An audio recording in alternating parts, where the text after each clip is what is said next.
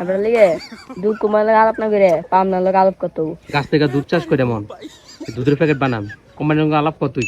বাইরে দিছি না ঘটনা কি বাইকে রিচার্জ করতে করতে জঙ্গলে ঢুকে গেছে নাকি সেই দেখি। এটা দিয়ে তো ভালো কিছু হবে, এটা তো আবার কষ আসছে।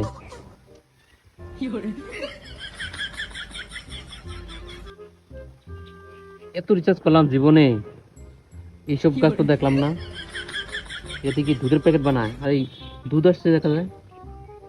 দাঁড়াও, এটা দিয়ে একটা কাজ হবে। ভাই তুমি কি চাচ্ছ এই জঙ্গলের মধ্যে? আরে এই জঙ্গলের মধ্যে কি রিচার্জ করতে দেখছো তুই? আমি তো রিচার্জ করতে করতে একটা বিরাট কিছু পাইলেছি। এই যে গাছ থেকে দুধ চাষ করে এমন দুধের প্যাকেট বানাম কোম্পানির সঙ্গে আলাপ কর তুই।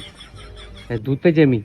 ভাই কি মাথা খারাপ হয়ে গেল নাকি? রিচার্জ করতে করতে বাইরে কি মাথা ভাগ লেগে গেছে নাকি? কি ও ভাই তুমি ভাগ লেগে গেল নাকি? গাছ থেকে আতি কেমনে দুধ? আরে তুই যেটা বুঝোস না এটা লিয়ে কথা কইস না, ঠিক আছে? তুই আমাকে বেশি বুঝোস। আমি বেটা 60 বছর ধরে এই জঙ্গলের মধ্যে রিসার্চ করতেছি, আর তুই আমার লগে ফাঁকামি করতি। যা তুই ফ্যাক্টরি আলাপ কর বেটা, যা।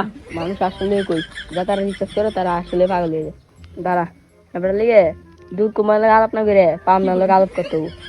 কিরে তুই যখন কিছু কইলি পাবনার কথা? না ভাই কইছিলাম পাবনার আশেপাশে আমার দুধ কোম্পানি আছে। এই তো আমার ঝুরবাইয়ের মতো কথা। যা যা ভাই তুই আলাপ কর গিয়া। আর আমি ইন্ডিয়া রিসার্চ করতেছি, আরো গাছ পাইনি। তারপরে আসলে পাগল হয়ে গেছে।